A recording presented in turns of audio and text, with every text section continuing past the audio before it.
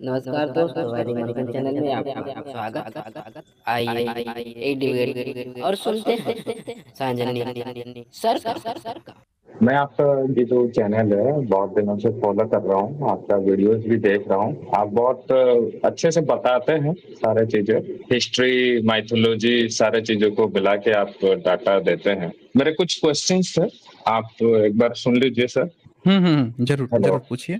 आप ये बहुत बार बताए हैं कि जो बुद्ध धर्म है ये पहले था और उसके बाद हिंदू धर्म आया, करेक्ट? तो मैं ये जानना चाहता हूँ कि इसके लिए आपके पास कुछ सॉलिड प्रूफ है सर, जिसके तहत आप ये दिखा सकते हैं कि बुद्ध धर्म पहले था फिर हिंदू धर्म आया।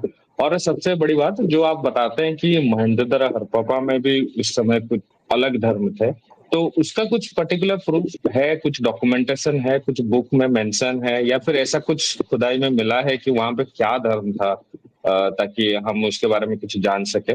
देखें हाँ। राहुल जी, एक बात आप समझें। पहले सबूत उससे मांगा जाता है ना जिसका कोई भी अवेलेबल सोर्स ही नहीं है, लेकिन वो एक फर्जी क्लेम करके अगर बैठ गया है तो सबसे पहला काम ये होता है कि उस व्यक्ति से मांगा जाए जो फर्जी क्लेम करके बैठा हुआ है। तो अभी भारत के जो एकेडमिक यानी एकेडमिक जो इतिहास है या साहित्यिक इतिहास है या ब्राह्मणों की इतिहास है, जो भी है, उसने अभी आपने देखा होगा कि उसने क्या स्थापित किया है कि भारत में पहले वैदिक काल था और फिर बुद्धिज्म आया, जैनिज्म आया।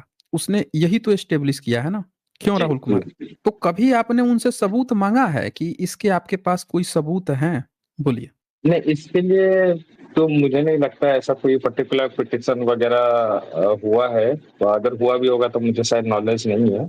आप बता सकते हैं हम्म, बेहतर कि ऐसा कोई सुप्रीम कोर्ट या हाई कोर्ट, किसी भी हाई कोर्ट में इसके लिए पर्टिकुलर कोई पिटिशन कोई दायर किया होगा कि इस हम्म। फैक्चुअल चीज को चेंज किया जाए, या फिर उसको आर्गुमेंट के लिए उसके लिए कुछ पर मुझे नहीं लगता ऐसा कुछ हुआ है। मतलब कहने का मतलब ये है कि जो स्थापित इतिहास है वो क्या बिना सबूत के ही स्थापित कर दिया गया है? क्योंकि जैसे आपसे अगर कोई पूछे कि भाई सिंधु घाटी सभ्यता के बाद का इतिहास, बुद्धिज्म का इतिहास आपने कैसे लिखा, तो कोई भी तुरंत ही गूगल करेगा या कहीं भी खोजेगा और तुरंत दिखाने लगेगा सबूत कि देखो सम्राट अशोक के 35 से ज्यादा लिखे हुए इंस्क्रिप्शन मिल गए हैं, मौर्यन काल के समय की सारी चीजें मिल रही हैं, बुद्धा से रिलेटेड स्तूप मिल गए हैं, उनके समकालीन स्तूप मिल गए हैं, उनके कंटेम्प्ररी स्तूप मिल गए हैं। देखो राजगृह में कारागार मिल गया अजात शत्रु का। आपको तमाम सबूत पैरेलल में मिलने लगेंगे। तो उसी तरह से आपको 16 जनपदों के भी जो पंचमार्क सिक्के हैं वो भी मिलने लगेंगे। तो आप कहोगे कि चलो इनका तो हमको सबूत मिल गया, यानी कि इस तरह की व्यवस्था थी, इनके क्वाइंस मिल गए, इनके जो घर हैं बनाए हुए महल मिल गए, इनकी चीजें बनाई हुई मिल गई, लिखित में भी मिल गई। तो आपको ये सबूत, तो बुद्धिज्म के सबूत जो मिल रहे हैं उस पर तो आपको कोई डाउट नहीं होगा। क्यों राहुल कुमार? नहीं, मुझे तो नहीं लगता उनमें कोई कि सब कोई डाउट नहीं। उसमें कोई हम्म प्रॉब्लम नहीं है। मैं ये जानना हम्म। चाहता हूँ क्योंकि अब बुद्ध आते हैं। एक।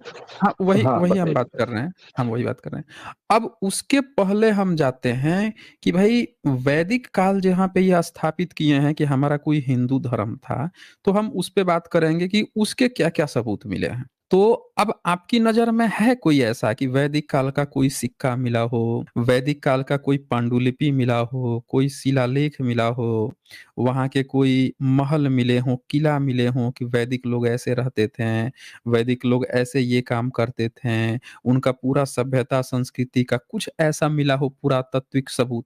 आपकी नजर में ऐसा कहीं मिला है राहुल जी? बोलिए। मुझे तो ऐसा नहीं लगता है कि कोई पर्टिकुलर सबूत ऐसा कुछ मिला है, क्योंकि अगर हिंदू धर्म, आज का जो हिंदू धर्म को देखा जाए, वो अपने सबूत के हिसाब से ग्रंथ को तो दिखाता है पर जो कि फैक्चुअल नहीं है, क्योंकि ऑब्वियसली वो किसी चीज को लिखा गया है।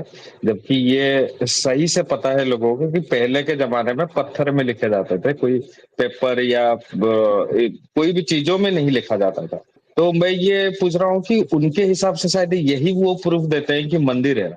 और शायद आप जैसे बताते हैं कि बहुत सारे जो मंदिर है ये बुद्ध धर्म के ही बनाए हुए मंदिर हैं, वो तो शायद उनके लिए कुछ अलग ही होगा, वो मंदिर टर्म यूज नहीं करते होंगे, पर ये उन्हीं के बनाए हुए हैं और हिंदू धर्म उन्हीं को प्रूफ दिखाता है कि ये हमारे बहुत पुराने स्तूप है या फिर मंदिर है, यही दिखाते हैं शायद। नहीं, हिंदू धर्म का कोई स्तूप नहीं है, कोई मंदिर नहीं है। हिंदू धर्म का अपना कोई मंदिर ही नहीं है। हिंदू धर्म का जो ग्रंथ है उस वो है वेद और उपनिषद। हिंदू धर्म का बिल्कुल जो बिल्कुल। मुख्य ग्रंथ है वेद और उपनिषद। तो क्या उनमें कहीं भी चर्चा है स्तूप की? उनकी कोई ऐसी परंपरा है जिसमें मंदिर बनते हों, स्तूप बनते हों, देवी देवता पूजा होती हो? नहीं है जिक्र। यानी कि उनका जो ओरिजिन है उसमें ऐसा कोई चर्चा ही नहीं है। यानी ये जिसका जो क्लेम कर रहे हैं ये झूठा क्लेम कर रहे हैं, वो सब बुद्धिज्म का है। आप बुद्धिज्म में देखिए तो उनका क्लियर क्लियर स्कूल है, मथुरा स्कूल है, उनका गंधारा स्कूल है, जो मूर्तियां बनाती हैं। बुद्ध की मूर्तियां दुनिया भर में मिलती हैं, जमीन के खुदाई पर मिलती हैं। बताइए, सारे खुदाई पर इतने सारे महाविहार, स्तूप, सारी चीजें मिल गई। अगर ब्राह्मणों का या हिंदुओं का कोई मंदिर होता तो खुदाई में कोई हिंदू मंदिर भी तो मिलता।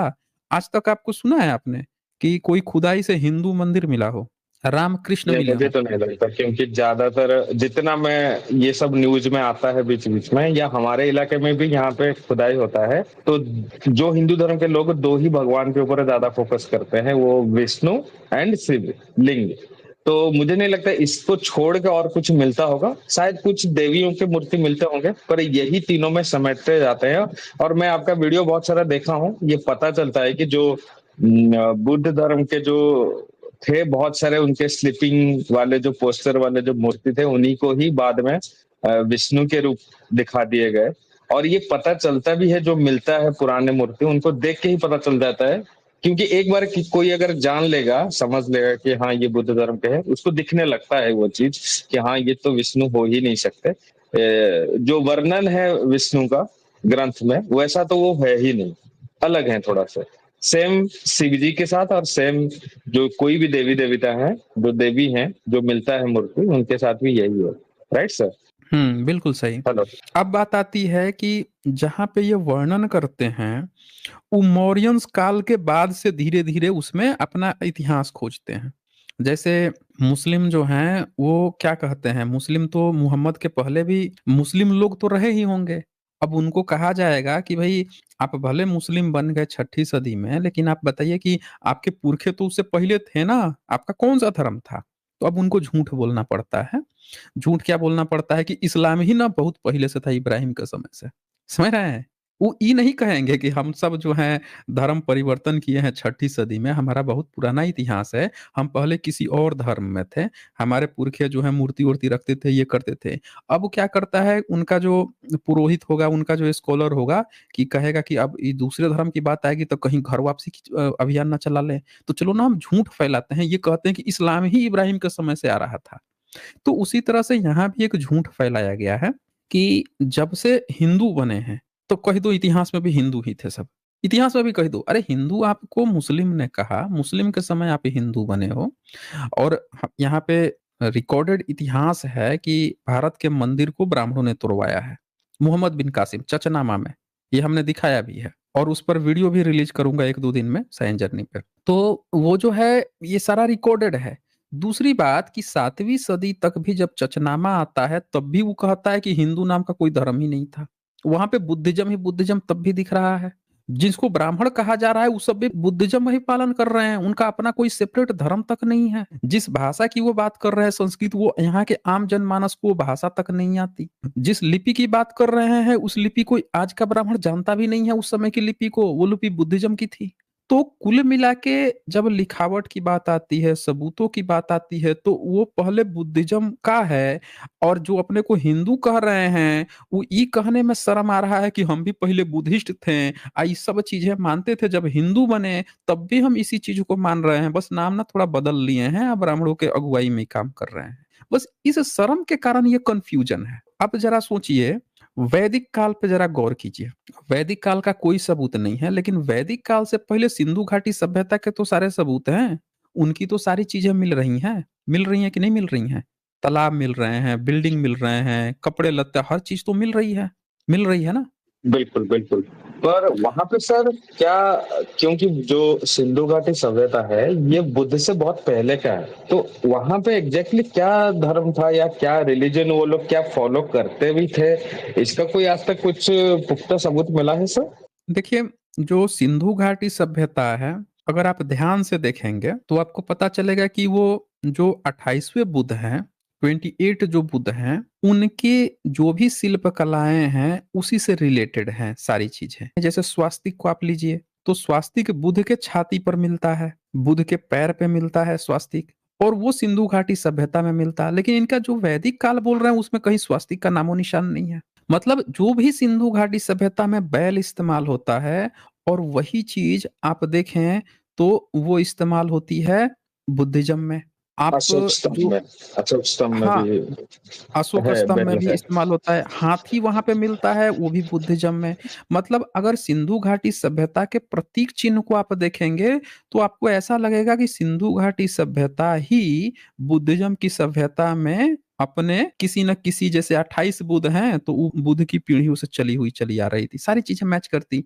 अब ये मूर्ति देखिए, ये ऊपर की तीनों मूर्ति जो दिख रही है आपको, ऊपर के तीन और नीचे से चौथा लेफ्ट साइड वाला, और ये चित्र 2 जो है मैच करके बनाया गया है।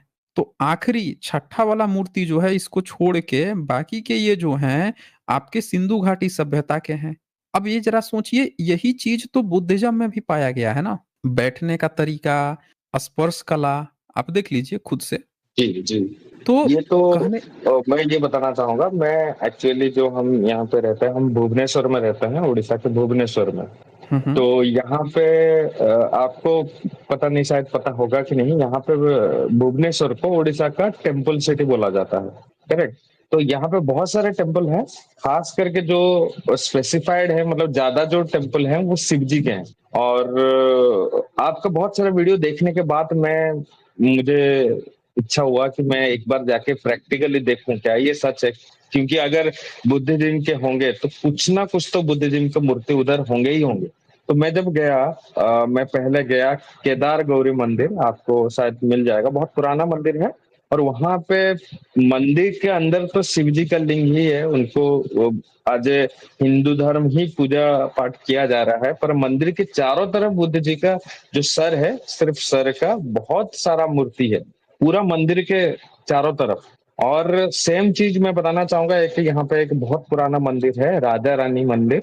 और वो जो मंदिर है बहुत सालों से बंद है, मतलब वहां पे कोई पूजा होता नहीं है। ऐसा लिखा गया है वहां पे, गवर्नमेंट जो पोस्टर होता है उधर लिखा गया है कि कोई एक राजा के टाइम से वहां पे पूजा पाठ और नहीं हो रहा है, करेक्ट।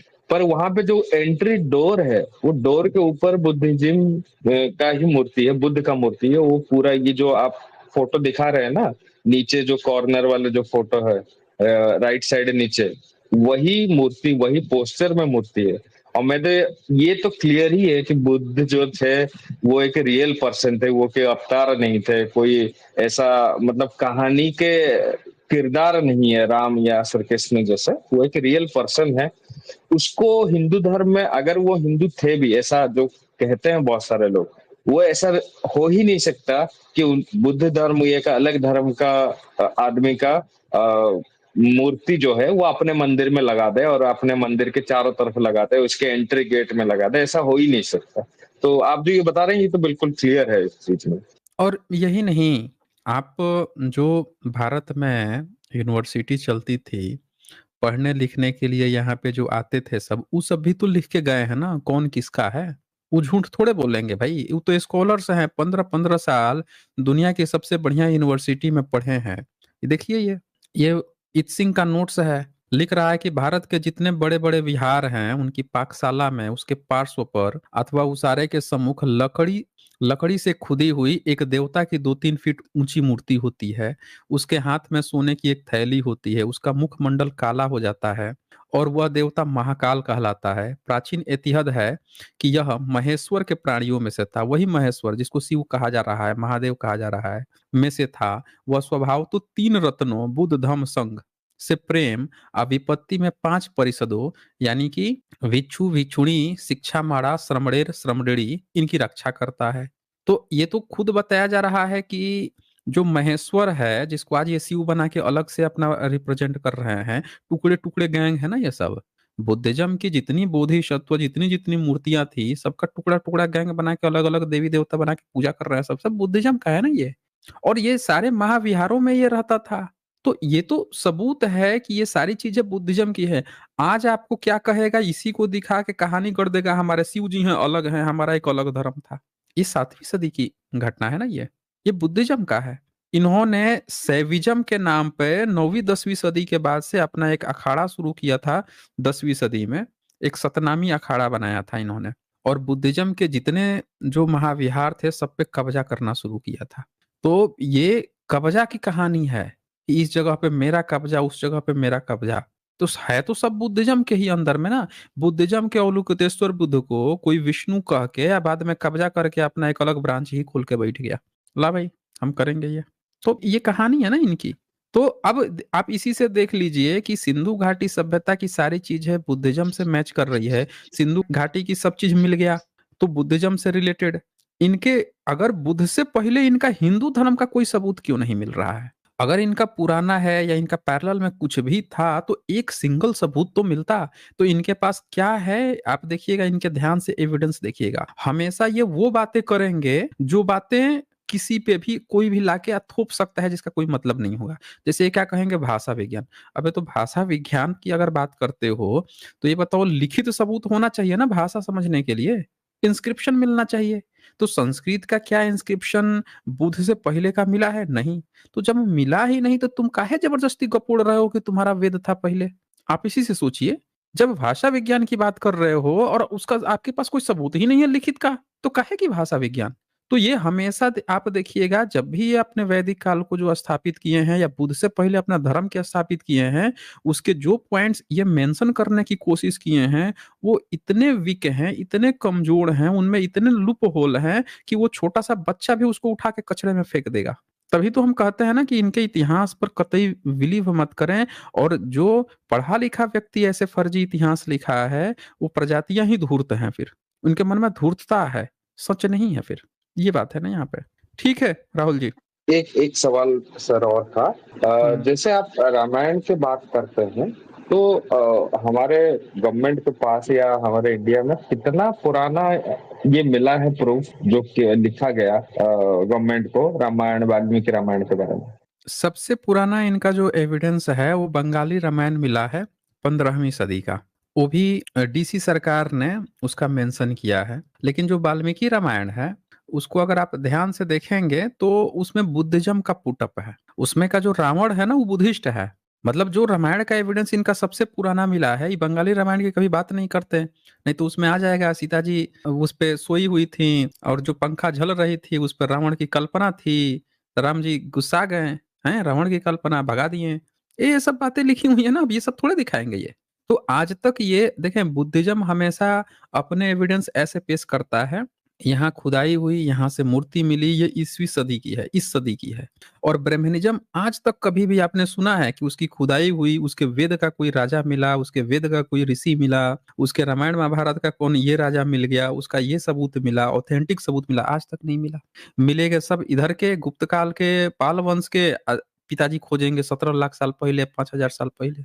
तो इनका नहीं सबूत है, एक सिंगल सबूत नहीं है इनके। तो 90% भक्तजन आज तक ये नहीं जान पाए हैं कि राम सेतु को खुद आज की तत्कालीन गवर्नमेंट रिजेक्ट कर चुकी है सांसद भवन में कि हमारे पास कोई सबूत नहीं है, खुद बोल चुकी है। हे बेचारे अभी भी ट्विटर पे इधर उधर आ रहे हैं, तुम लोग क्या जानते हो राम सेतु का सबूत मिलकर। उनको ये नहीं पता है कि संसद भवन में भी पिछले साल ही लिखित में पूछा गया और तब सांसद ने जवाब दिया तत्कालीन गवर्नमेंट का कि नहीं कोई एविडेंस नहीं है जिससे हम इसको राम सेतु कह सके। नहीं पता इनको, ऐसी ही झूठी अफवाहें उड़ा उड़ा के अपने पिताजी खोजते रहते हैं।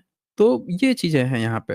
बिल्कुल जी सर। और एक लास्ट क्वेश्चन मैं ये पूछना चाहूंगा कि जैसे इसका बहुत सारा प्रूफ मिलता है कि जो अशोक थे वो बुद्धिस्ट बने, और वो बहुत सारा बुद्धिस्ट के जो स्टैचू हो गए, लेखना हो, बहुत सारा लिखावट भी वो लोग किए हैं, पत्थर में किए हैं।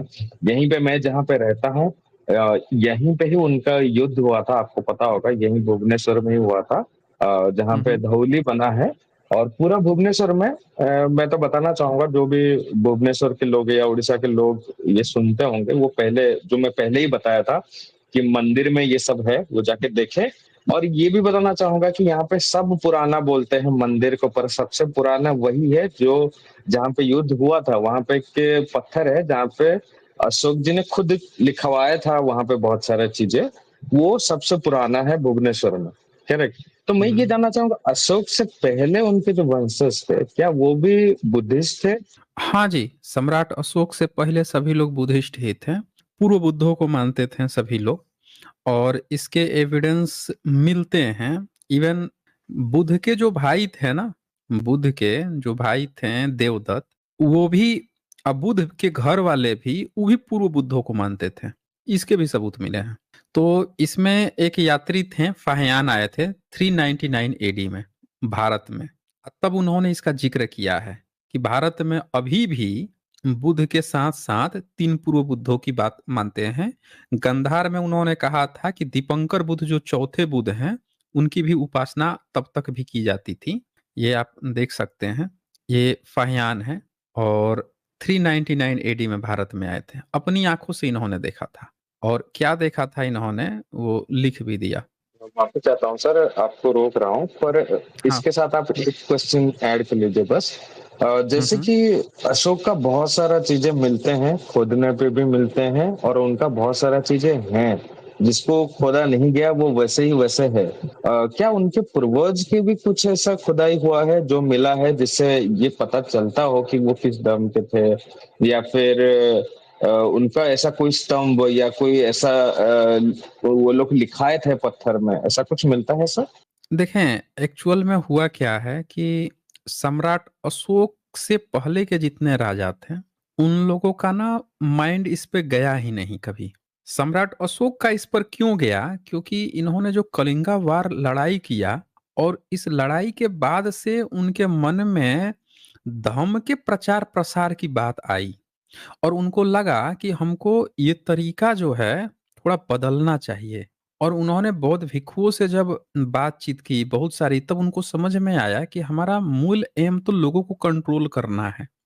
धर्म का प्रचार हुआ, सब लोग अच्छे हो जाएंगे, तो हमको तो किसी से अब लड़ना ही नहीं है, और सब लोग मानेंगे ही मानेंगे बुद्ध धर्म की बात। तो उन्होंने उसको हथियार बनाया धर्म को, अब पूरी दुनिया को जीतने के लिए। तो ये, तब उन्होंने लिखावट शुरू की। अन्यथा उनके जो बाप दादे थे वो फाइट करते थे, और उन लोगों के मन में धर्म का प्रचार प्रसार नहीं आया।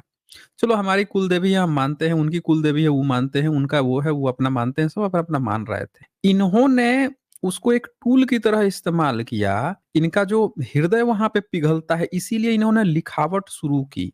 आप तिब्बत में जाएंगे तो तिब्बत में जो पहले लैंग्वेज चलती थी 7वीं सदी तक, तो वो लोग अपना बौद्ध धर्म मानते थे।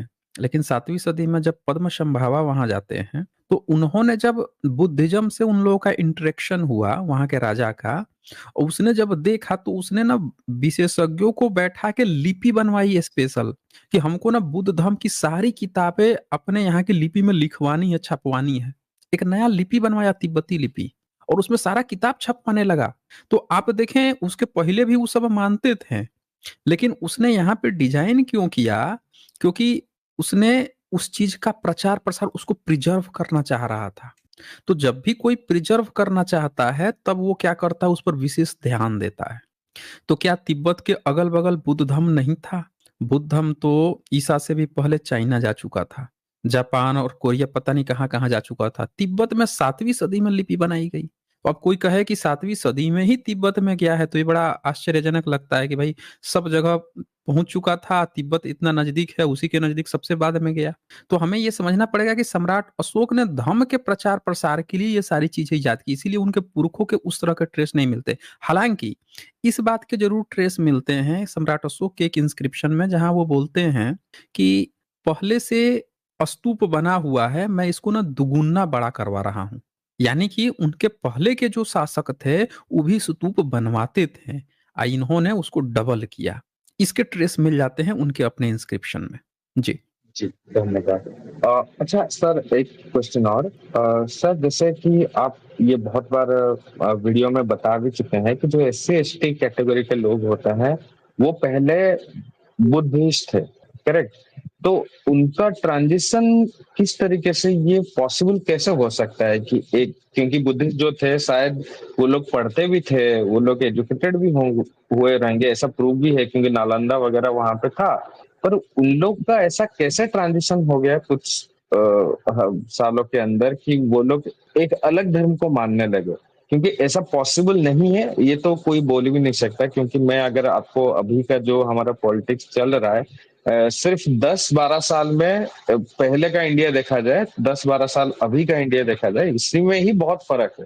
तो ये हो सकता है, पर उनका ट्रांजिशन कैसा हुआ उसके ऊपर कुछ आप कहें तो अच्छा रहेगा सर।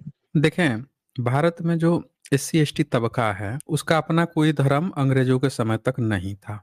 बाबा साहब ने अपने को हिंदू ही तो कहा ना, लेकिन गुलामगिरी उनसे पहले 1873 में ज्योतिराव फूले जी जो हैं, जो बाबा साहब के गुरु हैं, उन्होंने तो हिंदू कहीं नहीं कहा अपने को। यानी हमें हिंदू बनाया गया है 1873 के बाद ही, और तभी हम लोग खुद से लिखना शुरू किए हैं हिंदू। हमारा कोई धर्म नहीं था। हमारा धर्म तब था जब बुद्धिज्म था, जब यूनिवर्सिटी थी, जब हम वहां पढ़ने जाते थे। तो वहां की यूनिवर्सिटी में पढ़ने जाते होंगे, तब वहां जाके अपना बताते होंगे कि हमारा हम क्या है क्या नहीं है। हमारे घर में उसका कल्चर था, तभी तो हर गांव में हर शहर में खोदने पर बुद्ध निकल रहे हैं। हमारे पुरखे मंदिर थोड़े बनाते थे, बुद्ध की मूर्ति बनाते थे। जब ये रोक लग गई कि मूर्ति पूजा, ये बताइए भारत के मंदिर तुड़वाने की शुरुआत किसने की? ब्राह्मणों ने। और मुगलों का चाटुकार, मुस्लिमों का चाटुकार कौन रहा ब्राह्मण में? राम मंदिर की जगह जो भी स्तूप था, जो भी चीज था, उसको किसने तुड़वाया? ब्राह्मणों ने ऑफकोर्स तुड़वाया होगा, क्योंकि लिखा ही नहीं ना उन्होंने कि किसने तुड़वाया। हम तो मान के चल रहे हैं कि उसने, क्योंकि कई जगह सबूत मिल गए हैं कि उन्होंने ही तुड़वाया है। बहुजन समाज पे प्रतिबंध किस तरह से लगा? तो बुद्ध पे, मुस्लिम तो कभी बुद्ध की पूजा नहीं करता, वो क्यों आज्ञा देगा आपको बुद्ध बनाने की? इनके संसाधन किसने छीने? तो मुस्लिम का तो कहीं नहीं आता कि मुस्लिम छीना है, ब्राह्मण छीना है। तो हमारी सारी चीजें छीन के हमारे धर्म स्थल पे कब्जा करके बैठ गया, और उल्टे हम ही को तड़ी पार कर दिया कि भाई ये तो अछूत है, घुसना नहीं चाहिए हमारे मंदिर में। आपके जमीन पे कोई कब्जा करके या लाठी डंडा गोली बंदूक लेके खड़ा हो जाए, तुम आ जाओ हमारे एरिया में, अब हमारा कब्जा है भाई, आ जाओ मार देंगे। आप जा पाइएगा?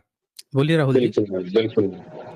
ये पीढ़ी अगर लगातार 10-20 पीढ़ी आगे निकल गई, आपके बच्चे ये बात समझ पाएंगे कि हमारा क्या इतिहास था?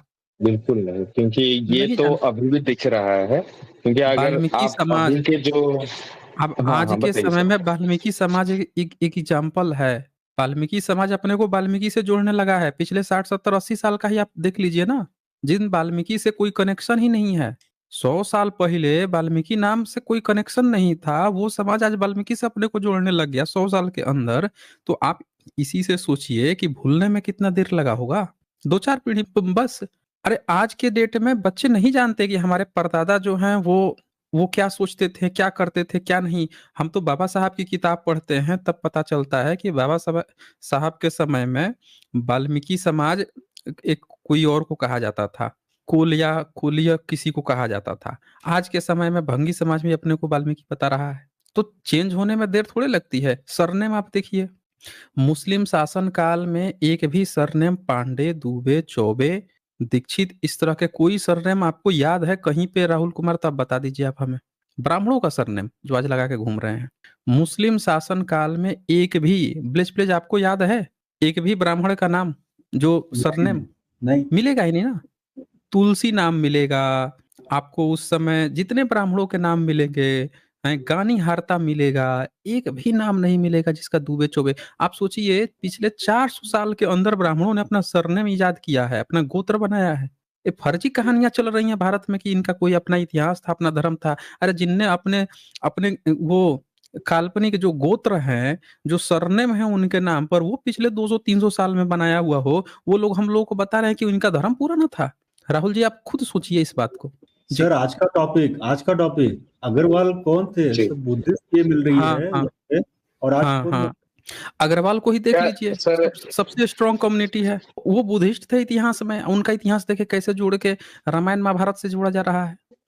बोलिए। जी। सर, क्या जैसे कि ये पहले बुद्धिस्ट से जो ट्रांजिशन होता है, क्या इस ट्रांजिशन को शंकराचार्य जी ने किया या फिर उनसे पहले भी ये कोई किया था? ऐसा कोई प्रूफ मिलता है सर? नहीं, क्योंकि उन्होंने, शंकराचार्य मुझे में। जितना पता है, माफी चाहता हूँ सर, और हाँ, क्योंकि बोलिए मुझे बोलिए। जितना पता है सर, यहाँ पे आपको पता होगा सर कि यहाँ पे भी एक जो 4 धाम में एक धाम यहाँ पे भी है सर, उड़ीसा में, पुरी जगन्नाथ, आपको पता होगा शायद सर।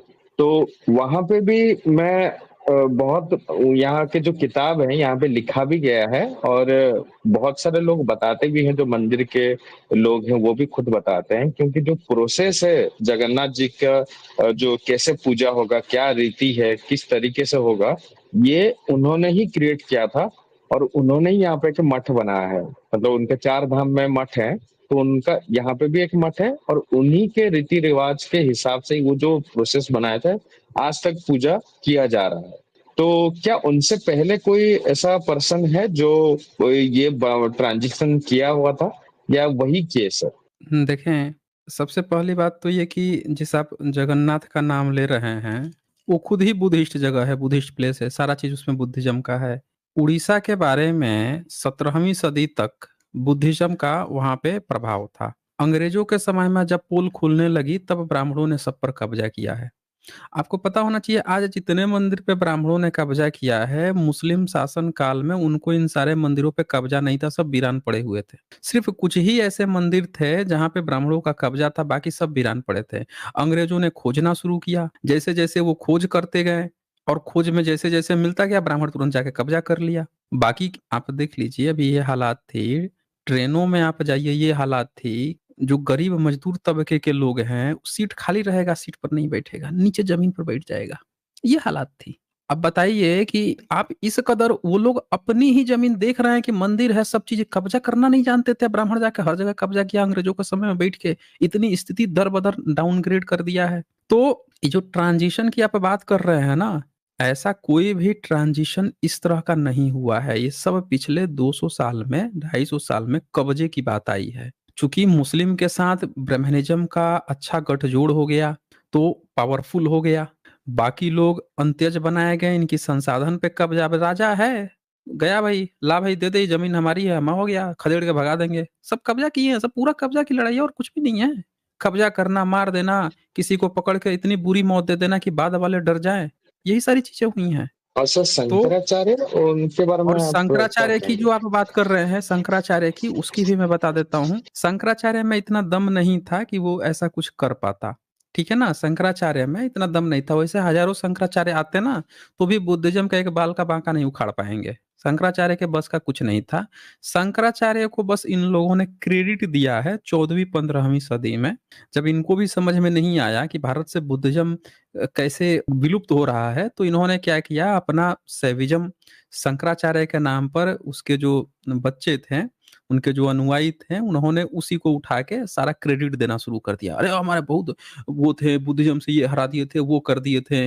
जैसे ये अपने देवी देवता का करते हैं कि राक्षसों को मार दिए थे, ये कर दिए थे। मुगलों के समय में कुछ नहीं कर पाए, राक्षसों को मार मार के सब चीज करके चले गए थे। तो इन्होंने बस उसको ना हाईलाइटेड किया है फर्जी तरह से, गपुड़ गपुड़ के उसके नाम पे। अगर एक्चुअल हुलिया देखिएगा, तो उस बंदे में तो इतना भी दम नहीं था कि अपना कोई थियरी तक बना सके। बुद्धिज्म के शून्यवाद की, नागार्जुन की ही थियरी उठा के कॉपी पेस्ट करके, लिपा पोती करके, झूठ मूठ का गांव कस्बों में घूम पे एक दो गपोड़ियों को बैठा के बगल में डींगे हाँकता था। उसमें इतना दम नहीं था कि वो कुछ चेंज कर पाता। जो चारों मठों की है, इसकी बात कर रहे हैं ना, ये सब कब्जा, सब बाद में कब्जा किए हैं, सब 10वीं 11वीं सदी के बाद। उस शंकराचार्य के समय में न ऐसे कोई मठ शंकराचार्य का लेना देना था, ना स्थापित कर पाया था। खुद अपना इलाज कराने गुदा में भगंदर हो गया था, गया था केदारनाथ में, ठंड में ठिठुर के मर गया। वो कब्जा कर पाता है ये सब पे? उसके नाम पे डींगे हाँकी गई है। भारत में इतिहास कोई नहीं जानता, एजुकेशन खत्म कर दिया गया, सब चीज खत्म। ब्राह्मणों ने जो गपुड़ गपुड़ के हाँका है, उसी की गप्पे आज सब लोग इतिहास उसी में से खोज रहे हैं। इसी कारण से ये गलतफहमी फैली है जी। अच्छा, जैसे कि मॉरन्स के टाइम पे लिखा जाता है कि कौटिल्य वगैरह को दिखाया जाता है कि वो ब्राह्मण थे, उसी तरीके का आप बता रहे हैं, राइट? नहीं, उस तरह का नहीं बता रहे हैं। शंकराचार्य, देखें, शंकराचार्य का एक भी एविडेंस नहीं मिला है 8वीं सदी का, ठीक है। उसका बस कुछ कुछ पहले तो किसी ने उसको ईसा से 200 साल पहले स्थापित किया था, किसी ने उसको 5वीं सदी में स्थापित कर दिया, किसी ने दूसरी तीसरी सदी में, कोई उसको 11वीं 12वीं सदी में ले जा रहा था। फिर कश्मीर से कुछ मैन्युस्क्रिप्ट मिले हैं, तो उसके आधार पर जोड़ तोड़ के उसको 788 में जन्म और 820 में मृत्यु, ये कश्मीर के कुछ मैन्युस्क्रिप्ट मिले हैं, उनके आधार पर ब्राह्मणों ने जोड़ तोड़ के स्थापित किया, कागज के आधार पर। सबूत पुरातात्विक एक सिंगल नहीं है। जिसका एक सिंगल सबूत नहीं है, सोचिए, उसको ये बोलते हैं कि 4 धाम 8 धाम अब पता नहीं कितने ज्योतिर्लिंग स्थापित कर दिया। ऐसे ऐसे गपोड़े हैं भारत में। अब बुद्धिज्म का खात्मा कर दिया जिसका अपना खुद का सबूत नहीं है। तो ये पूरा गपोड़ फैलाया गया है। चाणक्य तो पूरा गपोड़ी है, उसका तो कुछ सबूत का मतलब ही नहीं है। जी धन्यवाद सर, धन्यवाद ठीक है, आपके टाइम ठीक के है। लिए। हाँ, ओके ओके। आज बस इतना ही, फिर मिलेंगे हम अगली वीडियो में अगले जानकारी के साथ। तब तक के लिए नमस्कार।